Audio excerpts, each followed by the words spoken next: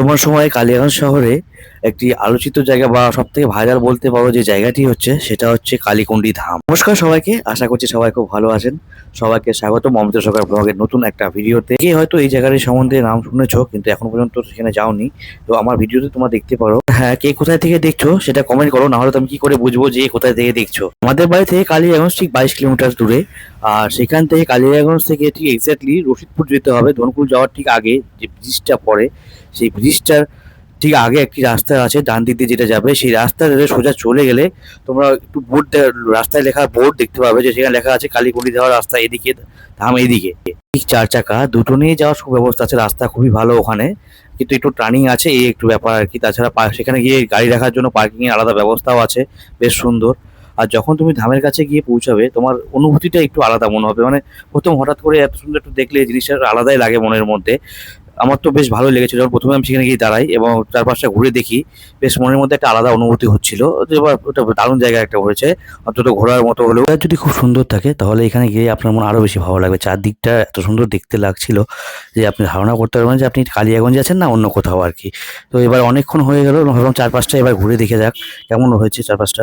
চারিদিকটা ঘোরার সময় কখন যে আপনার সময় কেটে যাবে আপনি নিজে বুঝতে পারবেন না। এই পাশে এই ছোট ছোট গাছগুলো দেখলেন, এগুলো হচ্ছে কিছু ফুল গাছ লাগানো ছিল। আর এই মন্দিরের ঠিক এই সাইডে এই জায়গাটাতে এই ঘরে প্রসাদ তৈরি হয়, মন্দিরের জন্য ভোগ রান্না হয় আর কি। এবার আসি আমি মন্দিরের সেই পিছনের দিকটা, মানে মন্দিরের ঠিক পশ্চিম দিকে এই যে এই ঘরটা দেখতে পাচ্ছ, এটা আসলে এই জায়গাটা একটু পার্ক, মানে বেশ বসার জায়গা আছে সুন্দর, বেশ গার্ডেনের মতো চারদিক দিয়ে করা আছে। আর ওয়েদারটা ভিউটা দেখছো চারদিকে একবার, আকাশ ভালো থাকলে এত সুন্দর লাগে জায়গাটা। এটা হচ্ছে মেন গেটের রাস্তাটা।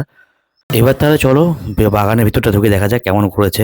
যাই হোক, দারুণ লাগছিল। আর চারদিক দিয়ে রাস্তা এত সুন্দর করে রাস্তা বানিয়েছে, তার পাশ দিয়ে ফুল আছে, খুব অসাধারণ লাগছিল দেখতে। তো আমার বেশ ভালোই লাগলো। এইখান থেকে বোর্ডে টাঙিয়ে দিয়েছে এটা মন্দির প্রাঙ্গণ, সরকারি কোনো বিনোদন পার্ক নয়।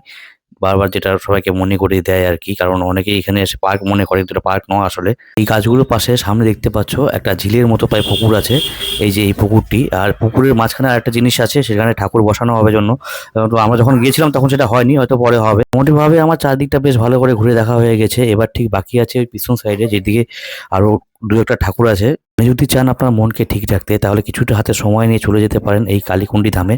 গিয়ে আপনার আশা করছি খুব একটা খারাপ লাগবে না, মন ভালো হয়ে যাবে। তো এবার যে পিছনের সাইডটা দেখার কথা বলছিলাম, যে পিছন দিকে আর কি আরো শুনলাম ঠাকুর আছে, এই যে এখানে আছে পুরানো একটা ভোলেনাথের মূর্তি, আর একটা আছে মা কালীর মূর্তি। এই দেখেন, এই সেই ভোলেনাথের মূর্তিটা, এটা বহু পুরানো, আর এই হচ্ছে মা কালীর সেই মূর্তিটি। এই দেখা হয়ে গেলে আমরা এবার চলে যাই সেখানে ভোগের ব্যাপারে, কারণ সেখানে দেখছিলাম নাকি ভোগ রান্না হয়। তো আমি যা শোনার পরে ওখানে গেলাম, আর সেখানে ভোগের দাম 60 টাকা করে নেয়। তো 60 টাকা করে নিয়ে আমরা একটা প্লেট করে ভোগ নিয়েছিলাম। তো এবার ভাবলাম চলো তাহলে ভোগের দেখা যাক কি কি আছে। ভোগের সেই প্লেটে যথেষ্ট পরিমাণ খাবার ছিল, যে দুটো লোক তৃপ্তি করে খেতে পারবে আর কি। আর এই হচ্ছে একটা মন্দির যেখানে নতুন করে ঠাকুর বসানো হবে আর কি। আর আজকের ভিডিও এখানকার মতোই থাকছে। যারা যারা নতুন আছো এখন আমার চ্যানেলটি সাবস্ক্রাইব করোনি, তারা অবশ্যই সাবস্ক্রাইব করে দিও।